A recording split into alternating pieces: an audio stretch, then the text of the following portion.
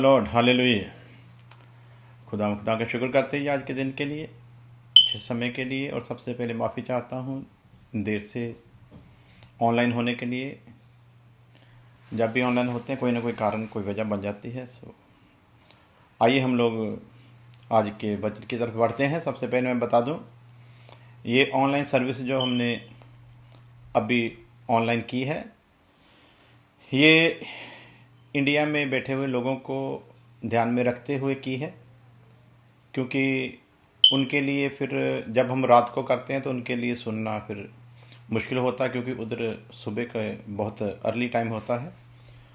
Special जो उनको ध्यान में रखते हुए की है। लेकिन हमारी जो न्यूयॉर्क की रेगुलर सर्विस है वो 7 बजे शाम को होगी, और उसमें न्यूयॉर्क से, अमेरिका से और कनाडा से सभी लोग उसमें शामिल हो सकते हैं।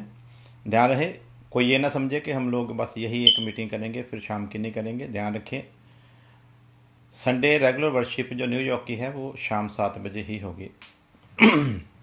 उसमें जो आ सकता है उसका वेलकम है। आइए हम लोग वचन की तरफ बढ़ते हैं। हालेलुया। देखेंगे याकूब की पत्री, याकूब का खत, उसका 4 अध्याय और उसकी 7 आयत। James chapter 4 verse 7। याकूब की पत्री 4 बाब उसकी 7 आयत।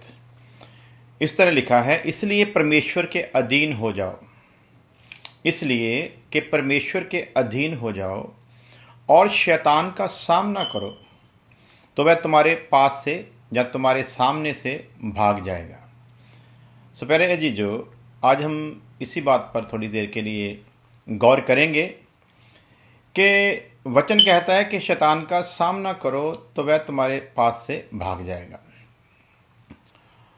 और सवाल ये है कि उसका सामना करेंगे कैसे, उसका सामना करने के लिए क्या ज़रूरी है, और क्या हर कोई उसका सामना कर सकता है? और यदि हर कोई नहीं कर सकता तो जिसने सामना करना है वो फिर कैसा होना चाहिए?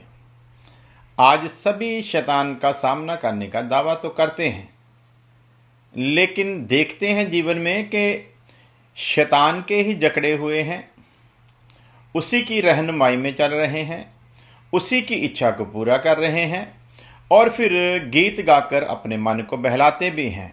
उठ शैतान दे फट्टे चक दे, शैतान मेरे पाँव के नीचे, ऐसे ऐसे जो भजन गा गा कर वो अपने मन को तसल्ली देते हैं।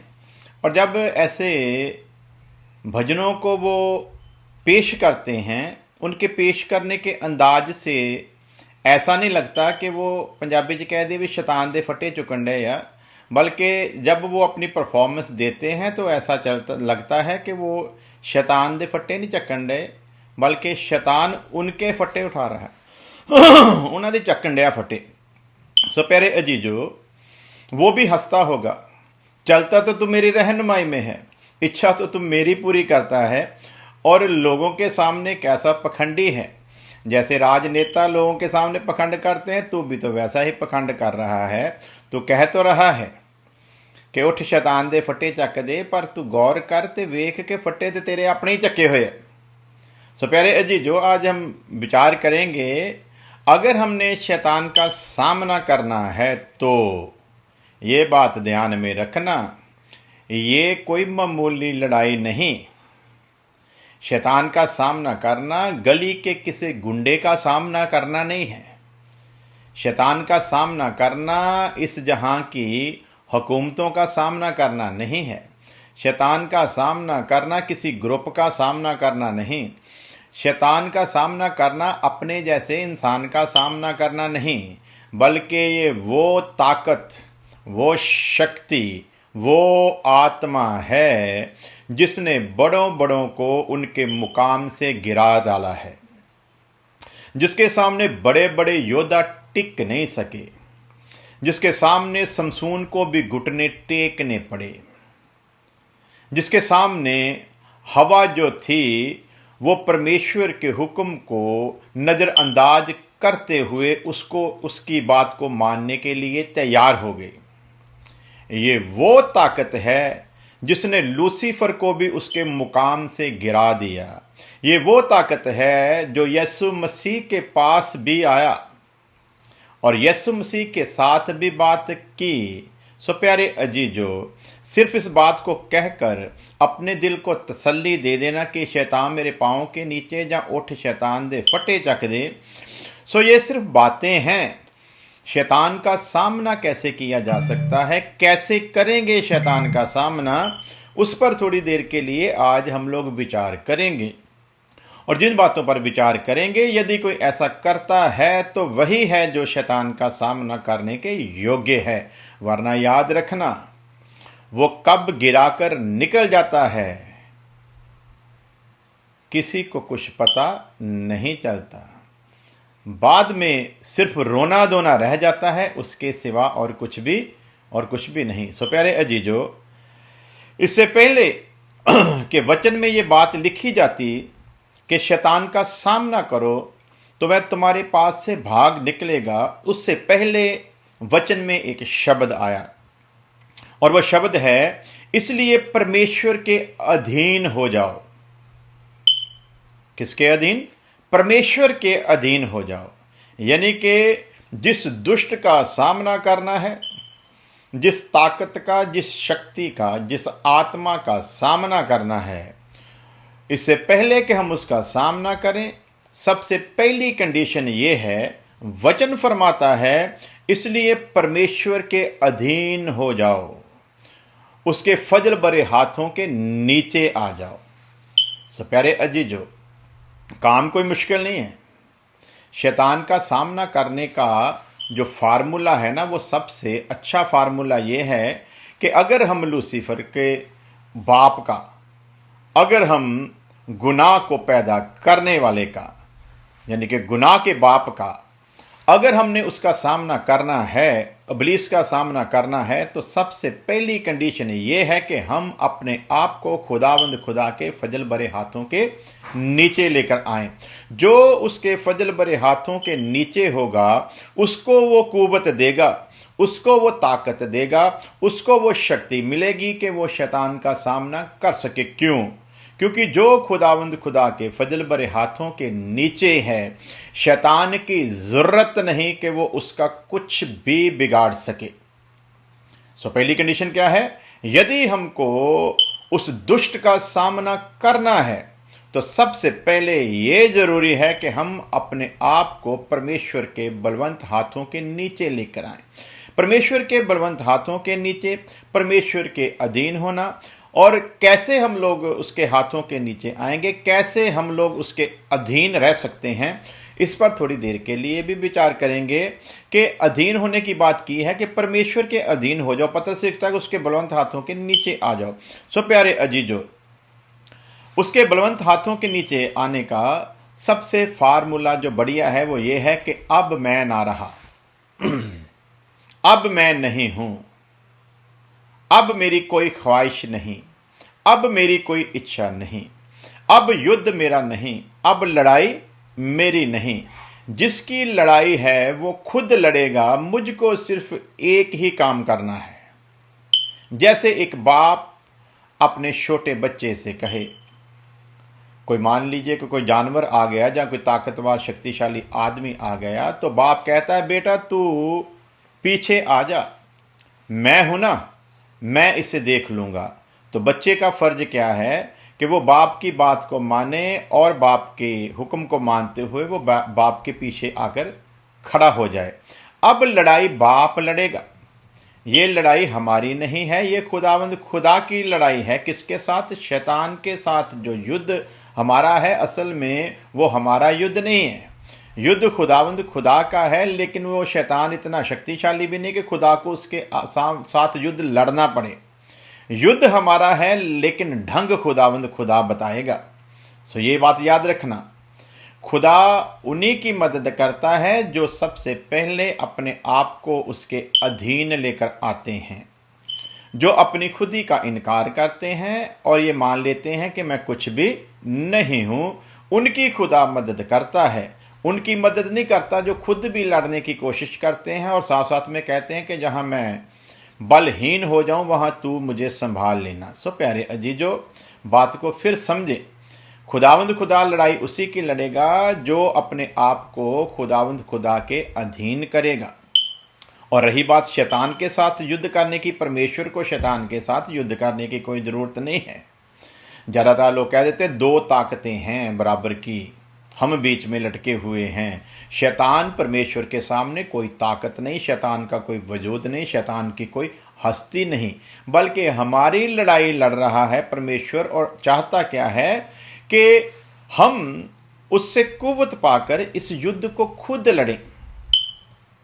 फिर रिपीट करता हूं, परमेश्वर हमारा युद्ध करता है, युद्ध परमेश्वर का है। उसका सीधा सीधा मतलब क्या है? इसका मतलब यह नहीं कि युद्ध परमेश्वर कर रहा है, क्योंकि परमेश्वर ने तो पाकरू और कलाम का बीज हमको दे दिया है। और जब पाकरू कलाम का बीज हमारे अंदर आ गया है तो समझ लीजिए कि साक्षात परमेश्वर हमारे अंदर है। अब उस पवित्र आत्मा की अगुवाई में चलते हुए, उसकी अधीनता में चलते हुए इस युद्ध को हमें खुद लड़ना है। और उस युद्ध को लड़ने का फार्मूला क्या है? उस युद्ध के हथियार क्या हैं? कैसे हम इब्लीस पर जय पा सकते हैं? कैसे उससे युद्ध जीत सकते हैं? पहली कंडीशन यह है, इसलिए कि परमेश्वर के अधीन हो जाओ। कोई मुश्किल काम नहीं है, सिर्फ इतना कह देना, मैं जो कर सकता था मैंने किया, अब मेरे हाथ खड़े हैं, मैं इससे नहीं लड़ सकता जितनी देर तू मेरा साथ नहीं देता, इसलिए अब मैं अपने आप को तेरे अधीन करता हूं। जब हम अपने आप को परमेश्वर के अधीन करेंगे, उसके फजल भरे हाथों में चले जाएंगे। और फिर किसी ताकत की यह जुर्रत नहीं है कि हमें परमेश्वर के फजल भरे हाथों से छीन सके। और वचन ये वायदा करता है कि मेरा हाथ छोटा नहीं जो बचा ना सके। सो ये बात याद रखना है। सो सबसे पहला काम क्या करना है हमें? कि परमेश्वर के अधीन होना है। जो अधीन है वो सामना कर सकता है। हमने अधीन तो अपने आप को किया ही नहीं, मर्जी तो हम अपनी कर रहे हैं। वचन को समझने का अंदाज हमारा अपना ही है, उसके प्रकाशन को भी हम अपनी मर्जी से ढालने की कोशिश करते हैं। जहाँ जहाँ हम कमज़ोर हैं वहाँ वहाँ हम उसी वचन को अपने तरीके से ढाल लेते हैं और उसी वचन को अपनी ढाल बना लेते हैं अपने गुनाह को छुपाने के लिए। सो ऐसे नहीं चलने वाला है, ऐसे चल ही नहीं सकता। परमेश्वर के वचन को समझना है। अधीन हैं तो अधीनताई को दिखाना है कि मैं अधीन हूं, और जो अधीन है वो कभी भी उस दुष्ट से हार नहीं सकता। सो हम कहते हैं कि हम अधीन हैं, तो अधीनताई की सबसे बड़ी पहचान ये है कि क्या मैं वचन के अनुसार चल रहा हूं? क्या जो जो वचन मुझे सिखाता है मैं उसी के मुताबिक हूं?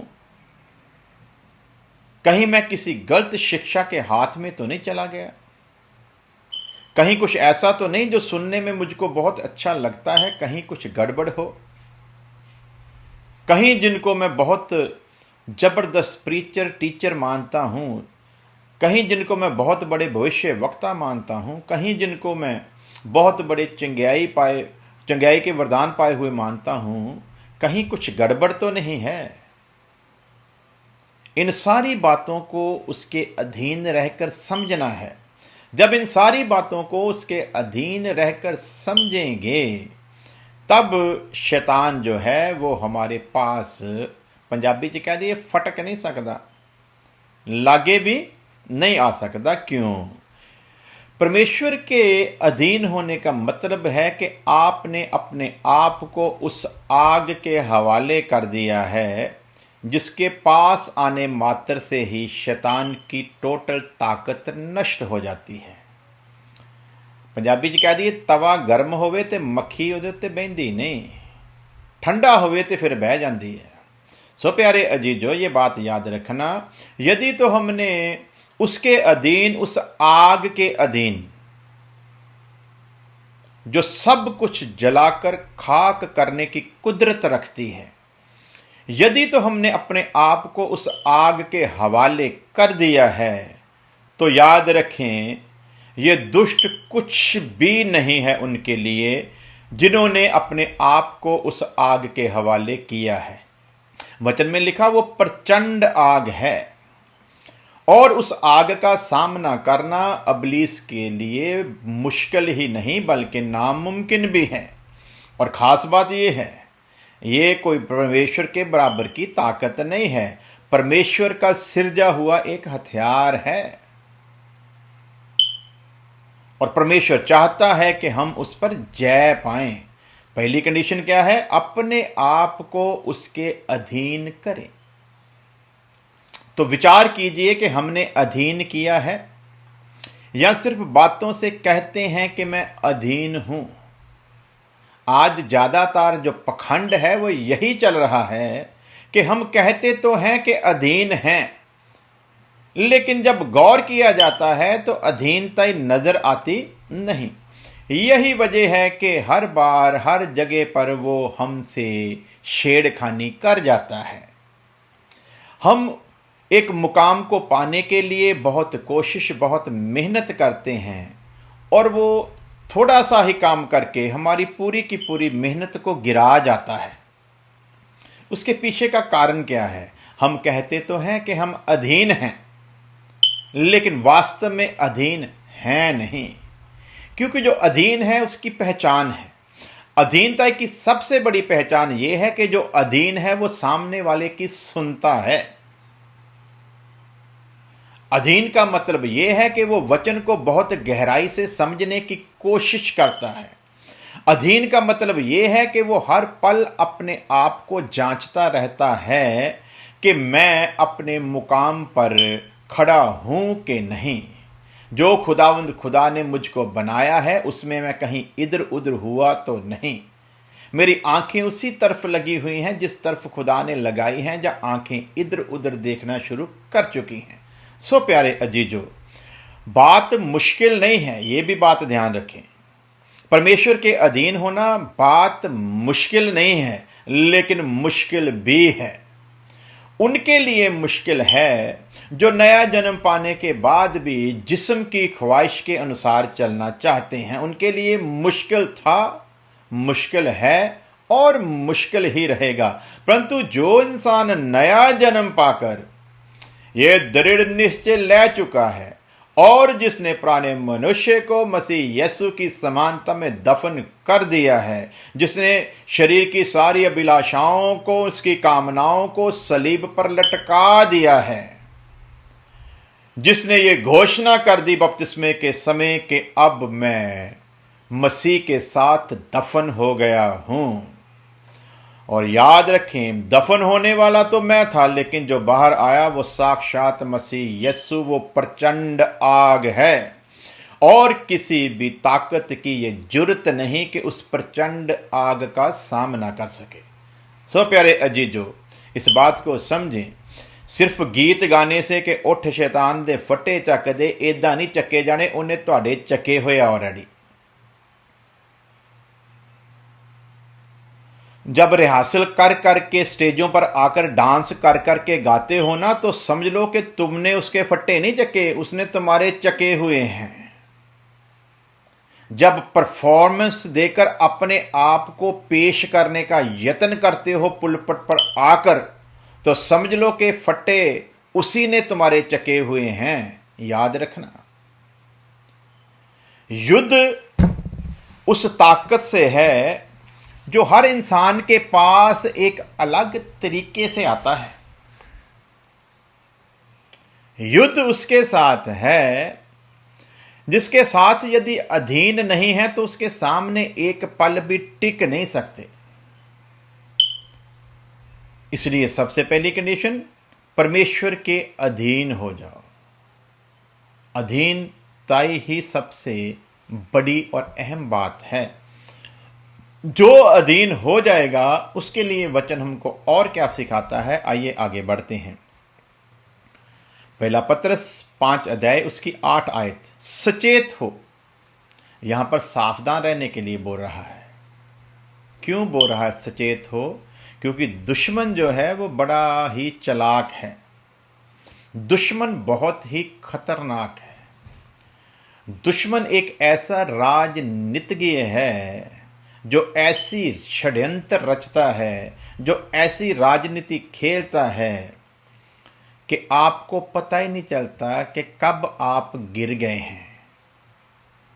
और हालात ऐसे होते हैं कि जब वो अपना काम करके निकल जाता है तो हम सैमसन की तरह, समसून की तरह यही सोचकर कि मैं परमेश्वर के अधीन हूं और परमेश्वर का आत्मा मेरे साथ है, हम समसून की तरह उसी जुर्रत और उसी गैरत के साथ खड़े होते हैं, परंतु नहीं जानते हाथ करने वाला हमारे साथ हाथ कर गया है, धोखा देने वाला हमको धोखा दे गया है, गिराने वाला हमको गिरा गया है।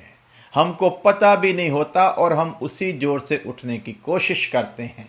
लेकिन लिखा वचन में समसून उसी जोर से उठा, परंतु नहीं जानता था कि खुदा का रूह उसे छोड़ चुका है। आज जो अपनी ही इच्छा से, अपनी ही अभिलाषाओं से नया जन्म पाने के बाद भी जीवन जीते हैं, वो ध्यान रखें, आत्मा आपको छोड़ चुका है।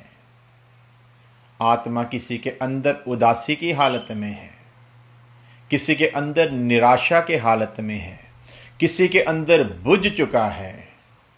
लेकिन ये परमेश्वर का प्रेम है, बुझा हुआ भी आपको अभी मुकम्मल तौर पर छोड़कर नहीं गया। उदास क्यों हुआ? आप अधीन आए तो थे लेकिन अधीन रहे नहीं। निराश क्यों हुआ? क्योंकि आप उससे मदद मांगने के लिए तैयार नहीं, उसकी रहनुमाई में चलने के लिए तैयार नहीं, उसके अधीन रहने के लिए तैयार नहीं। बुझा हुआ क्यों है? इतना हालत क्यों हुई? क्योंकि चाहता वो था कि आप उसके अधीन रहें लेकिन रहे नहीं। समय ऐसा आया कि वो बुझ गया। ये उसकी कृपा है, ये उसका वो प्रेम है जिसके कारण वो बुझा हुआ भी आपके अंदर है। अभी तक जैसे समसून को छोड़कर चला गया था वैसे आपको छोड़कर गया नहीं। अभी भी वो चाहता है कलाम के तेल को अपने भीतर ले लो, मैं फिर सुलग उठूंगा। कलाम के बीज के तेल को अपने अंदर आने दो, मैं फिर वो प्रचंड आग की तरह तेरे साथ काम करूंगा। लेकिन ध्यान रखें, एक समय ऐसा भी आता है जब उस बुझे हुए को आप दोबारा अपने अंदर रोशन करने की कोशिश नहीं करते, तो जैसे एक माँ का गर्भ गिर जाता है, उसी तरह पाखरू भी एक समय हमारे अंदर से निकल जाता है। जैसे गर्भ से गिरा हुआ बच्चा दोबारा जन्म नहीं ले सकता, उसी तरह जिसके अंदर से पाखरू एक बार निकल गया उसे छोड़ गया। वचन के अनुसार दूसरी बार नए जन्म का कोई मौका नहीं है। सो ध्यान रखें, वचन क्या कहता है? अधीन हो जाओ और उसका सामना करो तो वो तुम्हारे आगे से भाग जाएगा। उसको भगाने के लिए हमने अधीन होना है, उस मुकाम तक पहुंचने के लिए हमने अधीन होना है जिसके लिए परमेश्वर ने हमें बुलाया है। लेकिन हम इतने सख्त दिल हैं, जब कोई सख्त तालीम लेकर आता है उसको मानने की जगह पर हम उसके विरोध में तो खड़े हो जाते हैं, उसकी विरोधता तो शुरू कर देते हैं, और विरोधता करने के लिए कोई ठोस प्रमाण भी नहीं होता, लेकिन फिर भी विरोध कर रहे हैं, जो इस चीज का चिन्ह है कि मैं परमेश्वर के अधीन नहीं।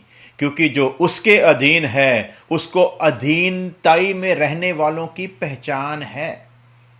जो उसके अधीन है उसे पता है कि कौन परमेश्वर के अधीन चल रहा है। जो ऐसे अधीनों की विरोधता करता है, जो ऐसे अधीनों की मुखालफत करता है, याद रखना उस प्रचंड आग में, उस प्रचंड आग के साथ जो खेलेगा वो भस्म किया जाएगा।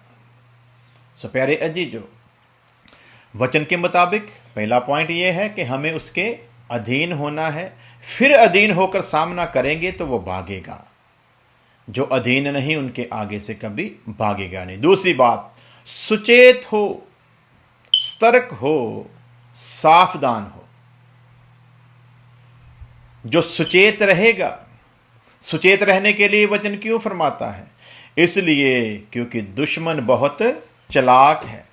सचेत रहने के लिए इसलिए बताता है कि वो किस तरीके से काम करता है किसी को पता नहीं चलता। सचेत रहने के लिए वचन इसलिए फरमाता है क्योंकि जब भी वो पकड़ेगा आपको वचन के द्वारा ही पकड़ेगा। सचेत रहने के लिए वचन इसलिए बताता है कि आपके द्वारा परमेश्वर आपको द्वारा जो काम कर रहा है, बेशक वो चंगियाई हो, बेशक वो वचन हो, बेशक वो भविष्यवाणी हो, परमेश्वर यदि आपको इन सारी चीज़ों से के साथ इस्तेमाल कर रहा है, विरोधी की एक ही कोशिश होगी, इन्हीं बातों में से आपको पकड़ ले, इन्हीं में से पकड़ेगा, बाहर से कोई नहीं पकड़ेगा, इन्हीं में से। और कैसे पकड़ेगा? तू तो बहुत अच्छा प्रचारक है, तेरे जैसा तो इस जहान में दूसरा कोई प्रचारक है ही नहीं। जैसे ही ये मन में ख्याल आएगा, समझ ले वो अपना काम कर गया। तू तो गाता बहुत अच्छा है, तेरे जैसा तो कोई सिंगर है ही नहीं। तू तो लिखता बहुत अच्छा है, तेरे जैसा तो कोई लेखक है ही नहीं। तू तो परफॉर्मेंस बहुत अच्छी देता है, तेरे जैसी तो कोई दूसरा परफॉर्मेंस दे नहीं सकता। तू तो जब गाता है लोग इतने भावुक हो जाते हैं कि आंखों से आंसू निकल आते हैं। तू तो जब गाता है लोगों के ऊपर पाक रूह परमेश्वर उंडेल देता है। जैसे ही ये विचार आएंगे, याद रखना, विचारों के तीर छोड़ने वाला पाप का बाप कार्य कर रहा है। पता नहीं चलने देता कब गिराएगा। भविष्यवाणी मैं जो भी करता हूं वो पूरी होती है। मैं सचमुच सच्चा भविष्यवक्ता हूं और मेरे बराबर का कोई दूसरा है ही नहीं। वो ये विचार लेकर आएगा और ऐसे गिराकर हंसता हुआ निकल जाएगा। पता नहीं चलेगा। पता तब भी चलेगा जब अंदर से एक खलबली मचेगी, कुछ गलत है, मेरे साथ कुछ गलत हो चुका है। और ये भी एहसास हर एक के अंदर नहीं आता। ये भी एहसास उन्हीं के अंदर आता है जिनके लिए परमेश्वर की योजना है और परमेश्वर चाहता है कि मैं इसे संभाले रखूं।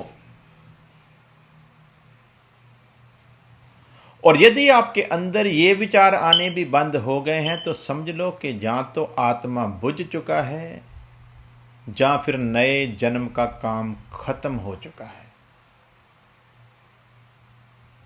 यदि तो बुझ चुका है तो समय है, कलाम के बीज के तेल को अंदर आने दो, वो फिर प्रचंड आग बनेगा। लेकिन यदि निकल चुका है तो अब तो फिर छणकने वाला, पंजाबी च कह दिए छणकना ही आ, होर कुछ भी नहीं। अब तेरे लिए आगे कोई उम्मीद नहीं है, दूसरा कोई जन्म है ही नहीं अब तेरे लिए।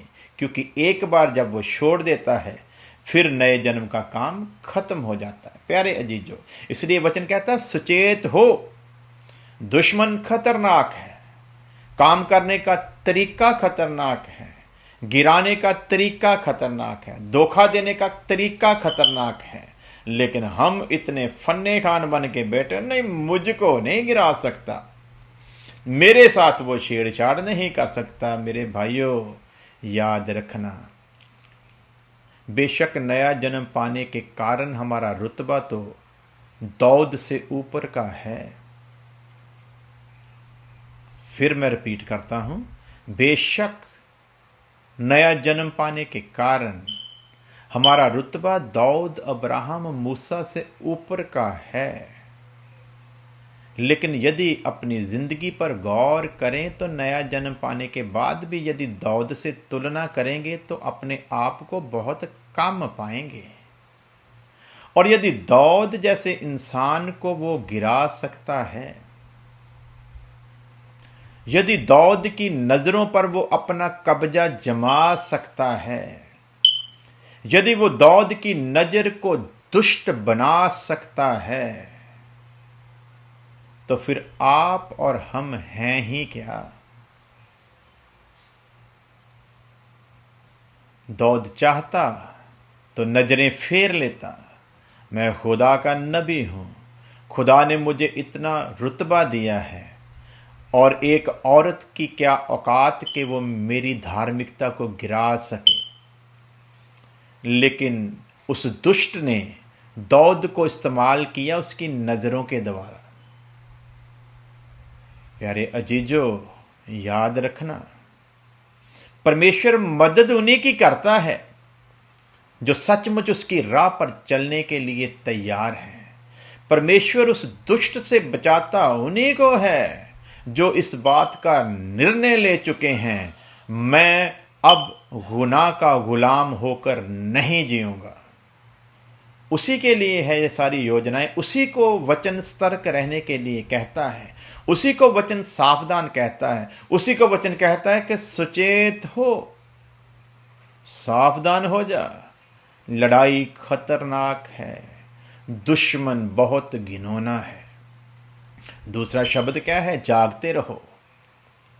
सुचेत भी रहो, जागते भी रहो। जागते रहने का मतलब ये नहीं है कि आप सोना ही बंद कर दें। जागते रहने का मतलब है आत्मिक तौर पर अपनी आंखों को खोले रखो। दुश्मन बहुत खतरनाक है। ये इतना खतरनाक है कि ख्वाबों के जरिए भी आपका सत्यानाश कर सकता है। इसीलिए तो खुदा का दास अयूब कहता है, मेरी आंखों ने कोई गुनाह नहीं किया, मैंने किसी औरत को कभी बद नजर से देखा नहीं। यहां तक ऐसा जीवन था उसका, अयूब का ऐसा जीवन था कि सपनों में भी, ख्यालों में भी उस बंदे ने कोई गुनाह नहीं किया। नया जन्म नहीं पाया था, लेकिन जीवन देखिए। और हम नया जन्म पाए होने का दावा करते हैं और जीवन देखिए। प्यारे अजीजो, भागेगा, भागने की कंडीशनें हैं। आज से ही गौर कीजिएगा, चेक करना भाग रहा है कि नहीं भाग रहा। पता चल जाएगा कैसे भाग रहा है, किस किस चीज से भागता है। अधीन हो जाओ, सावधान रहो। जैसे एक फौजी सरहद पर हर वक्त सावधान रहता है, क्योंकि जानता है दुश्मन किसी भी समय अटैक कर सकता है। और असली फौजी वही होता है जो सतर्क रहे, जो सचेत रहे और दुश्मन के वार को रोकने और बदले में वार करने का जो जज्बा रखता हो। प्यारे अजीजो, सचेत रहो, जागते रहो, क्योंकि तुम्हारा विरोधी शैतान कौन है? जागना इसलिए है, सचेत इसलिए रहना है। विरोधी कोई आम इंसान नहीं जिसके साथ तुम लड़ सको। विरोधी गली का गुंडा नहीं जिसके साथ तुम लड़ सको। विरोधी के बारे में क्या लिखा है? क्योंकि तुम्हारा विरोधी शैतान, और कैसे? गर्जने वाले सिंह की नाई, इस खोज में रहता है कि किसको फाड़ खाऊं। खोज में है किसको फाड़ खाऊं। क्यों खोज रहा है? ये अन्य जातियों में नहीं खोज रहा, ये गैर मसीहियों में भी नहीं खोज रहा, ये उनमें खोज रहा है जो मसीह में होने का दावा करते हैं। ये उनमें खोज रहा है जो कहते हम ठीक हैं। ये उनमें खोजने का दावा करता है जिनके अंदर ये बात आ चुकी है कि मैं प्रभु यीशु मसीह का शागिर्द हूं। उनमें खोजता है कौन वचन पर खड़ा है, क्योंकि यीशु मसीह ने कहा जो वचन पर खड़ा वही मेरा शागिर्द है। जो तो वचन पर खड़ा है उसके पास से तो किनारा करके निकल जाता है, लेकिन जिसको देखता है ये वचन से थोड़ा बहुत भी इधर उधर हुआ है, उसी को पकड़ लेता है। गर्जने वाले सिंह की नाई, इस ढंग से काम करता है और इस खोज में रहता है कि किसे फाड़ खाऊं। जैसे ही देखता है ये वचन से इधर उधर है, उसी वक्त अटैक करता है। हवा की गलती इतनी सी थी ना कि कहना कुछ और था, कह कुछ और बैठी। कहना तो ये था कि खुदावंद खुदा ने हमें इस फल को खाने से मना किया है, लेकिन क्या कह बैठी? खुदावंद खुदा ने हमें इस फल को खाने से और छूने से मना किया है। सिर्फ एक बात का इजाफा कर बैठी गलती से। फाड़ खाने वाले शेर की नाई, किसे फाड़ खाऊं। गर्दने वाले शेर की नाई ढूंढता है किसे फाड़ खाऊं। और जैसे ही देखा कि इस औरत ने इजाफा किया है, ये वचन के अनुसार नहीं, ये वचन के बीच में बढ़ा भी सकती है, घटा भी सकती है। जैसे ही उसने देखा, उसको पता चल गया ये मेरे काम आ सकती है।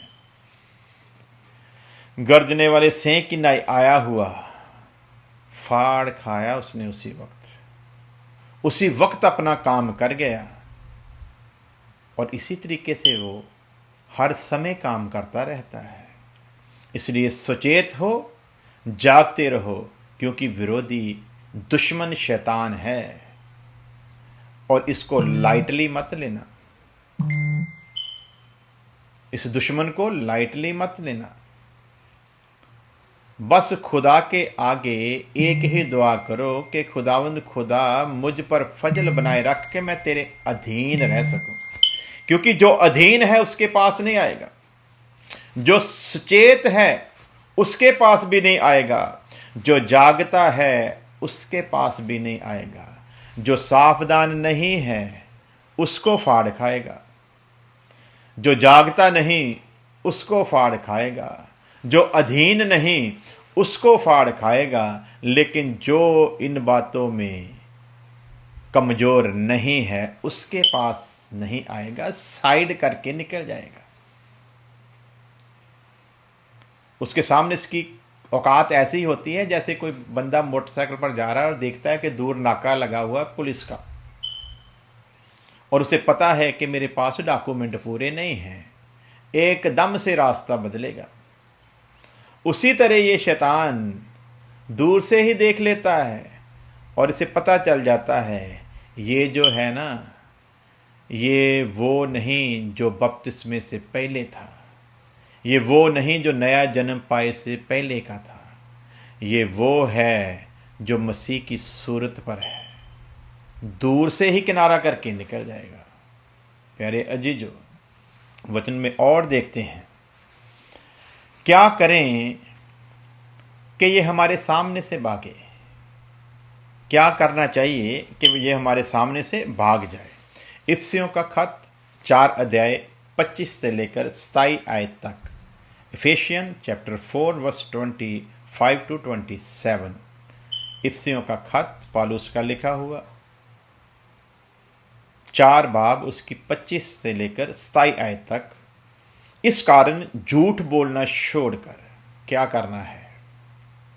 इस कारण यदि हम चाहते हैं कि हम उसका सामना करें और वो हमारे आगे से भागे, तो कंडीशन क्या है? इस कारण झूठ बोलना छोड़कर हर एक अपने पड़ोसी से सच बोले। क्या करे जी? अगर वो चाहता है कि शैतान उसके सामने से भागे, तो करना क्या है? वो झूठ बोलना छोड़कर अपने पड़ोसी से सच बोले।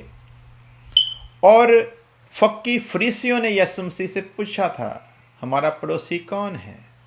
और यीशु मसीह ने उस डाकू के हाथों घायल होने वाले उस इंसान की सारी जो कथा थी उसे सुनाई थी कि वो क्या क्या उसके साथ हुआ। वो बताता है वहाँ पर कि पड़ोसी कौन था। वो सामरी था। फरीसी अपने फर्जों को पूरा नहीं कर सका। लेवी या जाजक अपने फर्जों को पूरा नहीं कर सका। जो लेवियों और जाजकों, फकीयों, फरीसियों के फर्ज थे जो उन्हें करना चाहिए था, वो एक सामरी ने किया।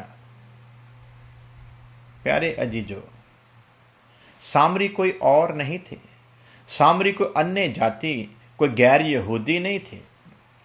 ये सामरियों का कबीला जो था ये यहूदियों में से ही था। ये वो लोग थे जो मिस्र की गुलामी में रहे और मिस्र इनके अंदर से निकला नहीं।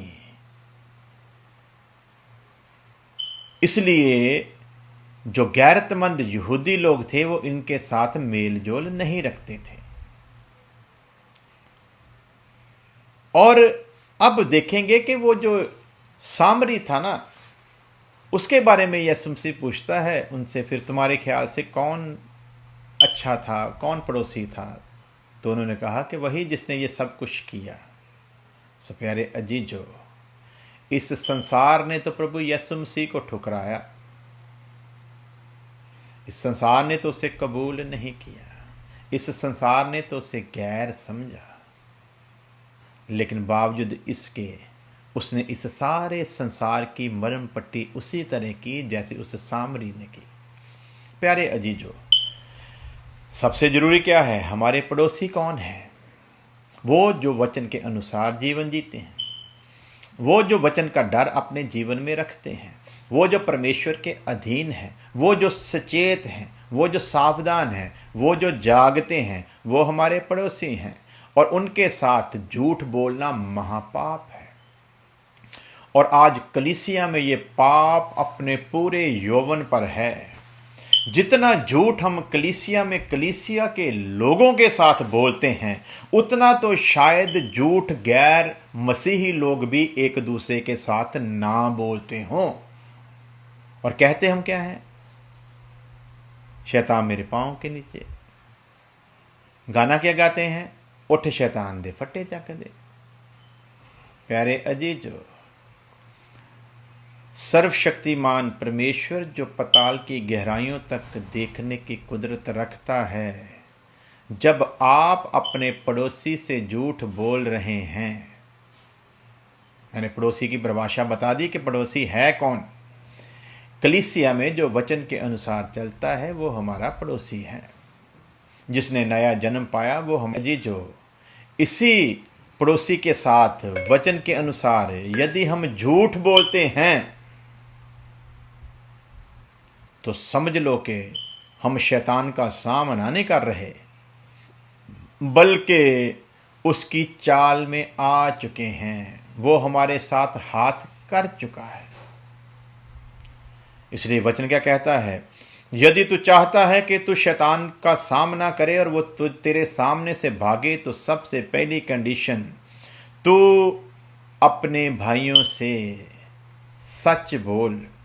यदि तू झूठ बोलता है तो तू शैतान का सामना कभी नहीं कर सकता। झूठा आदमी कभी भी शैतान को नहीं भगा सकता।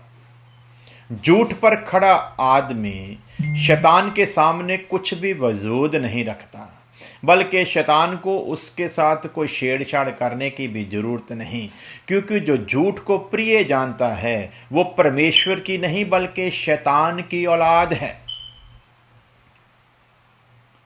इसलिए ध्यान रखो, वचन कहता है यदि तू चाहता है कि तू उसका सामना करे और वो तेरे सामने से भागे, सो फिर झूठ बोलना छोड़ दे और हर एक अपने पड़ोसी से सच बोले।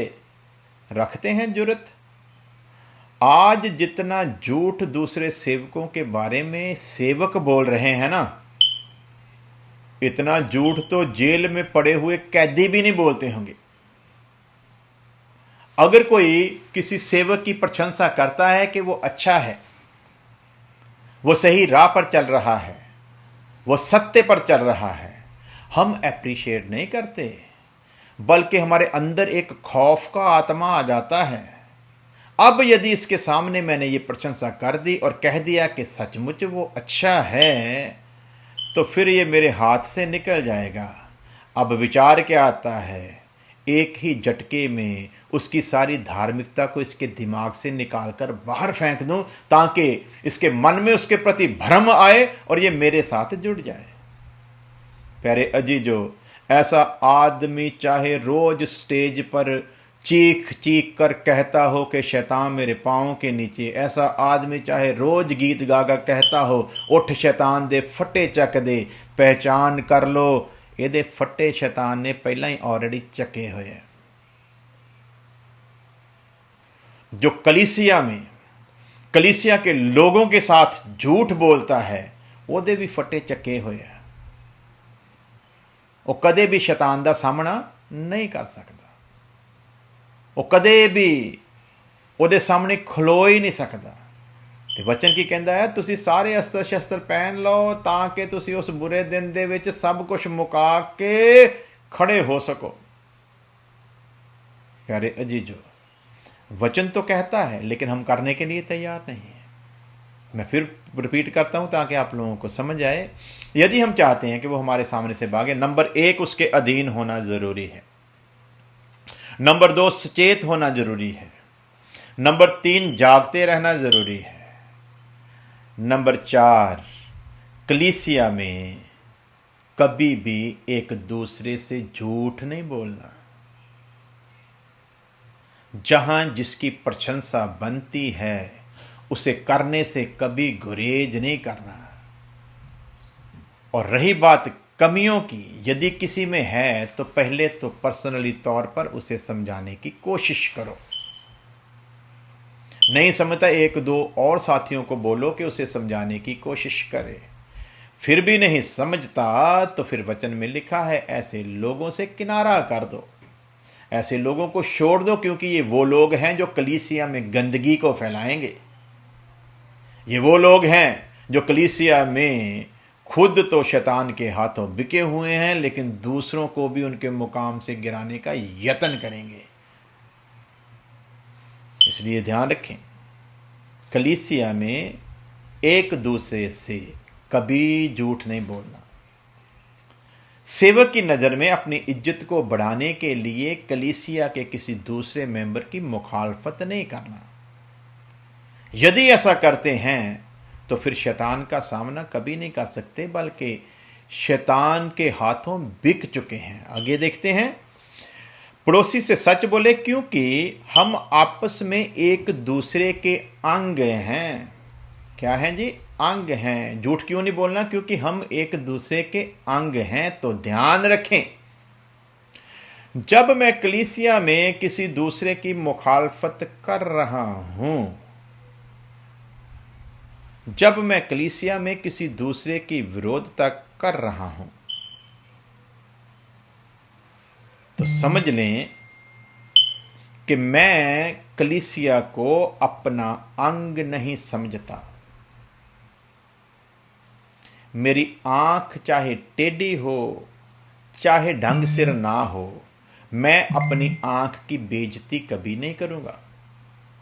मेरी नाक चाहे कितनी भी टेढ़ी मेढ़ी क्यों ना हो, मैं अपनी नाक की बेइज्जती कभी नहीं करूंगा। मेरे कान कैसे भी हों, मैं अपने कानों के खिलाफ कभी बोलूँगा नहीं। मेरा चेहरा कैसा भी हो, मेरी शक्ल कितनी भी बदसूरत हो, मैं इसको उजागर नहीं करूँगा, क्योंकि ये मेरे शरीर के अंग हैं। उसी तरह प्यारे अजीजो, जो कलीसिया में रहते हुए सच्चे राह पर चलने वाले लोगों की विरोधता करते हैं, वो कभी भी शैतान का सामना नहीं कर सकते। जो सेवक होते हुए सत्य पर चलने वाले सेवकों की विरोधता करते हैं, वो कभी भी शैतान का सामना नहीं कर सकते। और ये सब कुछ इसलिए इनसे होता है क्योंकि असल में जो पहली बात हमने पढ़ी उसके मुताबिक ये परमेश्वर के अधीन हैं ही नहीं। लेकिन वचन कहता है कि अधीन हो जाओ। जो अधीन होगा वो उसका सामना करेगा, फिर वो भागेगा। अधीनता की ये निशानियां हैं। जो अधीन है वो ये काम कर ही नहीं सकता। आगे देखते हैं, क्योंकि हम आपस में एक दूसरे के अंग हैं। हर एक अंग दूसरे का सहारा बनता है।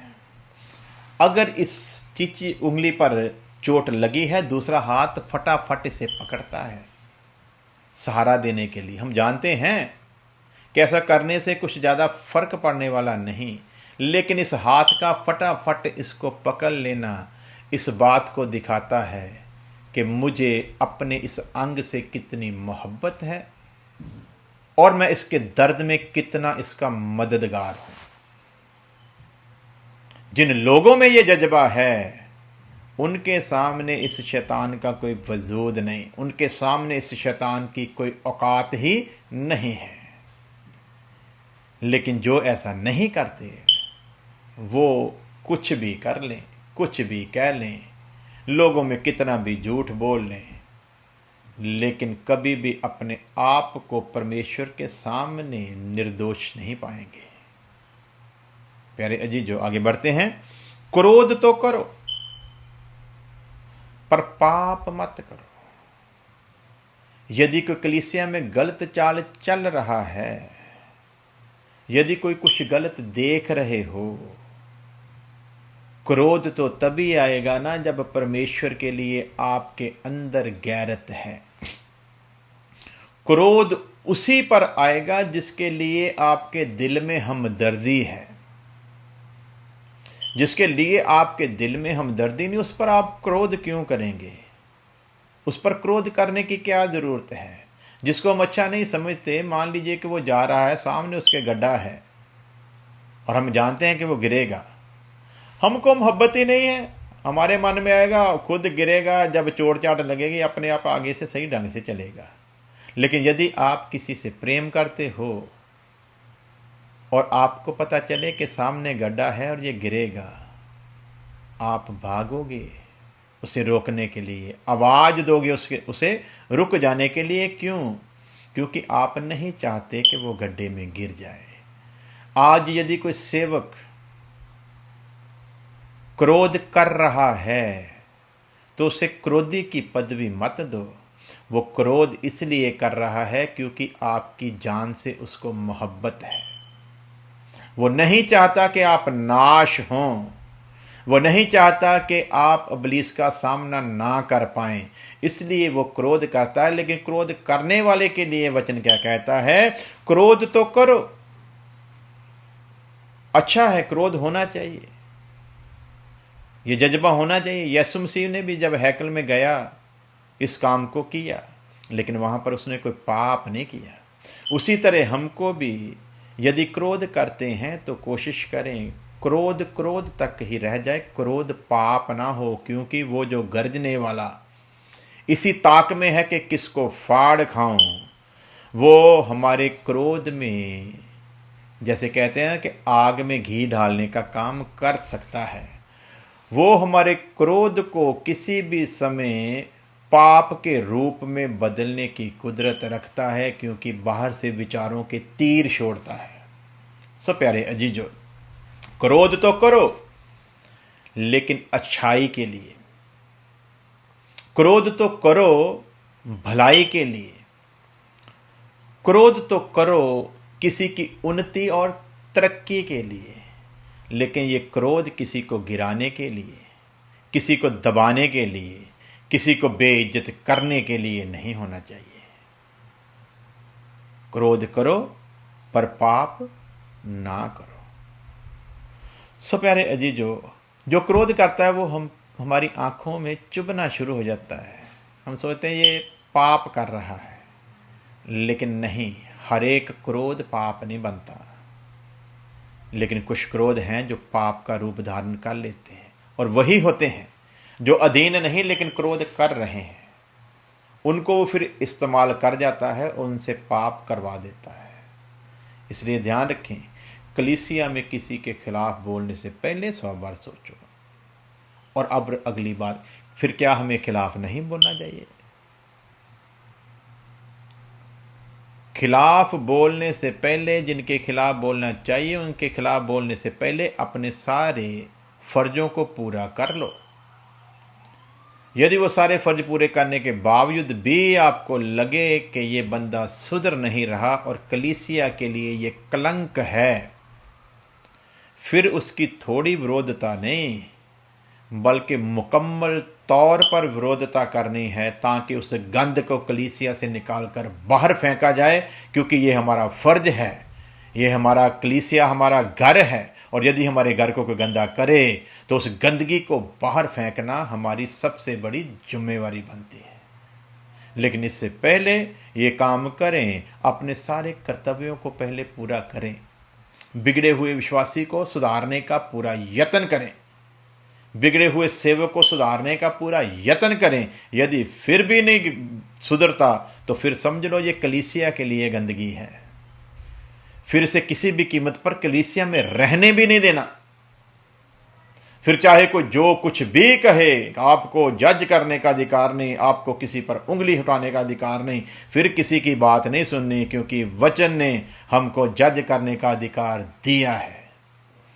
वचन ने हमको न्याय करने का अधिकार दिया है। वचन ने हमको अंधकार और रोशनी को पहचानने का अधिकार दिया है। वचन ने हमको झूठ और सच्चे में फर्क जानने का अधिकार दिया है। वचन ने हमको बुरे और भले की पहचान करने का अधिकार दिया है। इसलिए ये बात अज्ञानी लोग कहते हैं कि आपको जज करने का कोई अधिकार नहीं है। यदि हम जज ही नहीं कर सकते तो कैसे पहचानेंगे कौन इब्लीस है और कौन खुदा है? यदि हमको जज करने का अधिकार नहीं तो कैसे जानेंगे कौन सच्चा सेवक है कौन झूठा? यदि हमको जज करने का अधिकार नहीं तो कैसे पता लगाएंगे कि कोई वचन जो सुना रहा है वो परमेश्वर की इच्छा से है कि नहीं? सो प्यारे अजीजों, ये सारी बातें अज्ञानता की हैं और अज्ञानी लोग इन बातों को करते रहेंगे। परंतु याद रखें, दुश्मन शैतान है। इसे हर कीमत पर हमारा एक ही फर्ज है कि इसके फन को उठने ही नहीं देना। जब जब ये फन उठाएगा अपना कुछ ना कुछ काम करके जाएगा।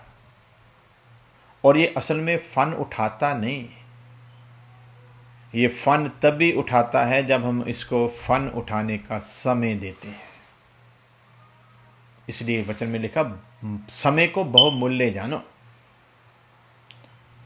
हर एक समय को बहुमूल्य जानो और दुश्मन को थोड़ा सा भी मौका मत दो।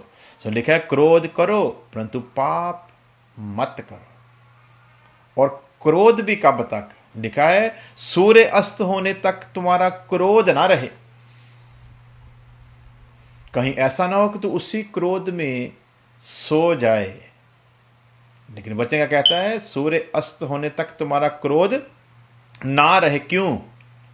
और ना शैतान को अवसर दो।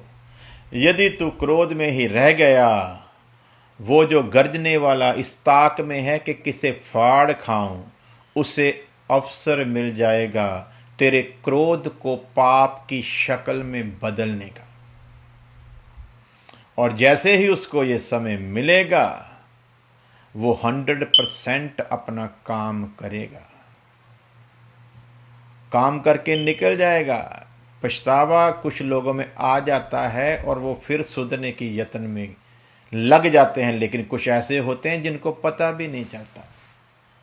ऐसों के लिए ही लिखा है, उस समय बहुत तेरे कहेंगे, हे प्रभु परंतु मैं साफ कह दूंगा, ऐ बुरारे लोगों,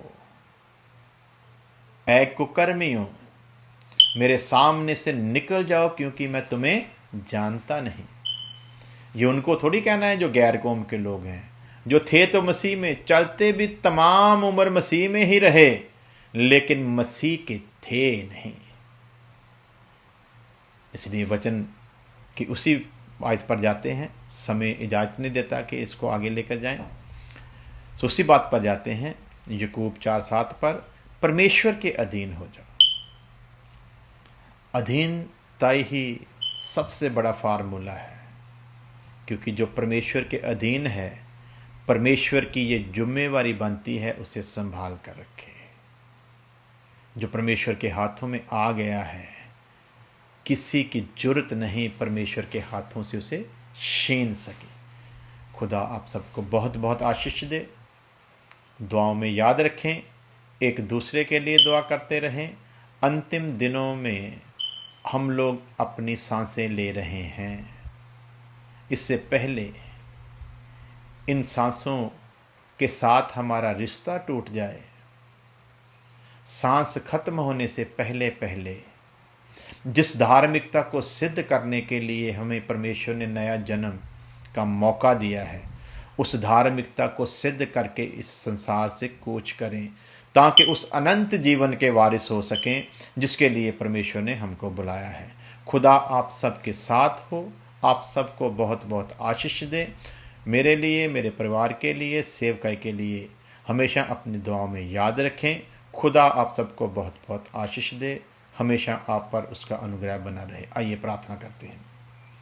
प्यारे खुदावन, खुदा तेरा धन्यवाद देते हैं तेरी बड़ी भलाइयों के लिए। खुदावन तेरे आज के नेक वचनों के लिए, और जितनों ने भी तेरे इन वचनों को सुना खुदावंद, हर ज़िंदगी के लिए प्रार्थना करता हूँ कि वो सचमुच में, शब्दों में नहीं बल्कि वास्तव में अपने आप को तेरे फजर भरे हाथों के नीचे लेकर आए। सचमुच वो अपने आप को तेरे अधीन करे ताकि तू उनका जिम्मा ले सके। खुदावंद एक एक ज़िंदगी पर तेरे बड़े रहम को मांग लेते हैं। खुदावंद सारे समय को तेरे मुबारक हाथों में देते हैं। तेरी नेक इच्छा पूरी हो। हमारी प्रार्थना को सुन ले मसीह यस्सु के नाम में, आमीन। अब हमारे खुदा यस्सु मसीह का फजल, खुदा बाप की मोहब्बत, पाक रूह की संगत अब से लेकर हमेशा तक उसके तमाम लोगों के साथ बनी रहे, आमीन। हालेलुया। सबको जय मसीह की। और ये सिर्फ इंडियन पाकिस्तानी लोगों को ध्यान में रखते हुए हम लोगों ने इस टाइम पर ये ऑनलाइन सर्विस की है, लेकिन हमारी संडे की जो रेगुलर सर्विस है वो आज रात न्यूयॉर्क टाइम के मुताबिक 7 बजे शुरू होगी, और इंडिया में उस वक्त 5:30 सुबह के होंगे, और लगभग सेम सा टाइम, आधे घंटे का फ़र्क होता है पाकिस्तान में भी। सो खुदा आप सबके साथ हो, दुआ में याद रखें। सबको मेरी ओर से जय मसीह की, जय मसीह की।